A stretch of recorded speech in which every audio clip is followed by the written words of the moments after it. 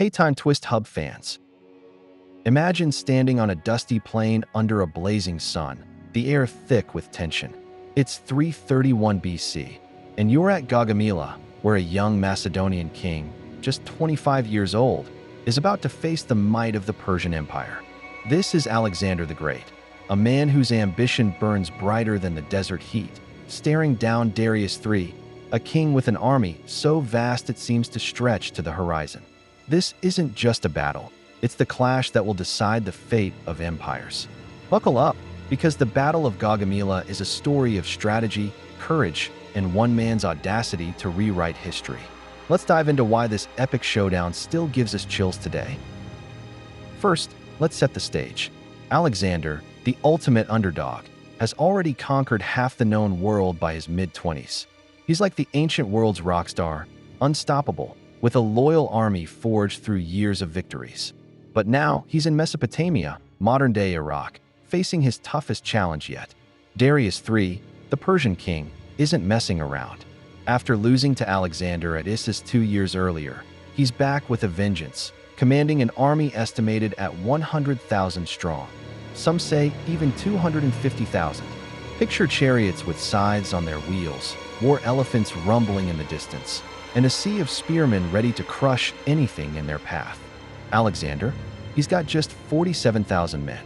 That's like bringing a knife to a tank fight. How does he even stand a chance? Here's where it gets wild. Darius picks the battlefield, a flat, open plain near Gaugamela, perfect for his massive army to overwhelm Alexander's smaller force. He even has the ground leveled to make sure his chariots can charge without a hitch. It's like he's saying, "Come at me, kid." But Alexander isn't just a warrior. He's a chess grandmaster in armor. He spends days scouting the terrain, interrogating prisoners, and planning. He knows Darius's numbers are a problem, but he also knows numbers don't win wars, strategy does. The night before the battle, Alexander's generals beg him to attack under cover of darkness. A sneak attack could even the odds, they argue. But Alexander shuts them down with a line that's pure legend: "I will not steal my victory." He wants Darius to see his defeat coming. That's the kind of confidence that makes you wonder if this guy was human. He sleeps like a baby that night, while Darius keeps his army on edge, expecting a surprise attack that never comes. Talk about psychological warfare. Now, let's break down the battle itself, because this is where Alexander's genius shines. At dawn on October 1st, 331 BC, the two armies face off. Darius's front line is massive, stretching miles across the plain.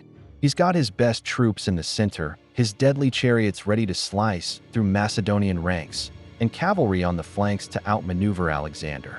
Alexander, meanwhile, lines up his army in a slanted formation, what historians call an oblique order.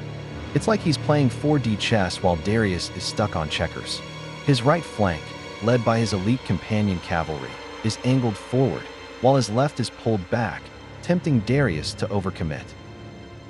The battle kicks off with Darius unleashing his scythe chariots. These are like ancient tanks, designed to mow down infantry. But Alexander's men are ready. They part like the Red Sea, letting the chariots charge into empty space, where archers and spearmen take them out. Strike one for Alexander. Then, Darius sends his cavalry to overwhelm Alexander's left flank, hoping to crush it with sheer numbers. Alexander's left, led by his general Parmenion, holds just long enough, bending but not breaking. This is where the stakes get insane. Alexander knows his left can't hold forever, so he has to make his move fast. Here's the moment that makes Gaugamela legendary.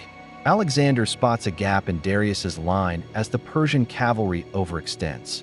He leads his companion cavalry in a daring charge, straight at the heart of the Persian army, aiming for Darius himself. Picture this: Alexander, helmet gleaming, spear in hand, charging through a storm of arrows and dust, his men roaring behind him. It's like something out of a Hollywood blockbuster, but it's real. The Persians panic. Darius, watching his line crumble, does the one thing a king shouldn't. He flees. Again, just like at Issus. His army, seeing their king bolt, starts to collapse. Alexander's men carve through the Persians like a hot knife through butter. But here's the twist. Alexander doesn't chase Darius right away. His left flank is still under pressure, and Parmenion sends a desperate call for help. Alexander, ever the leader, wheels his cavalry around to save his men, crushing the Persian units attacking his left. This move shows why his army loved him. He wasn't just out for glory, he had their backs. By the time the dust settles, the Persian army is in full retreat, leaving behind thousands of dead and a shattered empire. Alexander's losses? Minimal. Some estimate he lost just 1,000 men compared to Darius's tens of thousands. That's not a victory, that's a masterclass. So why does Gaugamela matter? This battle wasn't just a win, it was the end of the Persian Empire. Darius fled to the mountains, only to be betrayed and killed by his own men later. Alexander marched on to Babylon, Persepolis, and beyond, building an empire that stretched from Greece to India. Gaugamela showed the world what strategy and guts could do against impossible odds. It's why military academies still study Alexander's tactics today. Think West Point cadets geeking out over his oblique order like it's a new Call of Duty strategy. Let's get real for a second. Gaugamela isn't just about swords and spears, it's about believing you can beat the odds. Alexander was 25, facing an army 5 times his size, and he didn't blink. What's your Gaugamela? That moment when the world says you can't, but you say, "Watch me." That's the fire this battle ignites, even 2,300 years later. Now, here's a crazy what-if to blow your mind. What if Darius had won? The Persian Empire might have crushed the Greeks, halting the spread of Hellenistic culture. No Greek philosophy, no Aristotle, maybe no foundation for Western civilization as we know it. One battle, one charge, changed the course of history. That's the kind of stakes we're talking about. Before we wrap up, let's give a shout out to the unsung heroes. Alexander's army wasn't just him. They were Macedonians, Greeks, and allies who marched thousands of miles, fought with discipline, and trusted their leader's insane plan. And yeah, Darius deserves some respect too. He was no coward. He just faced a once-in-a-millennium genius. So, what's the takeaway from Gaugamela? It's not just a dusty old battle.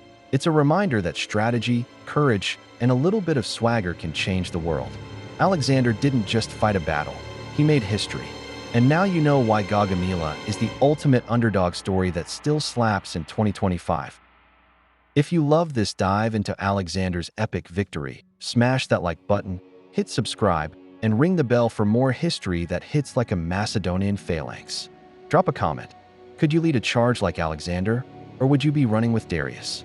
And check out our video on the Battle of Issus for the prequel to this showdown. Thanks for watching, and let's keep history alive.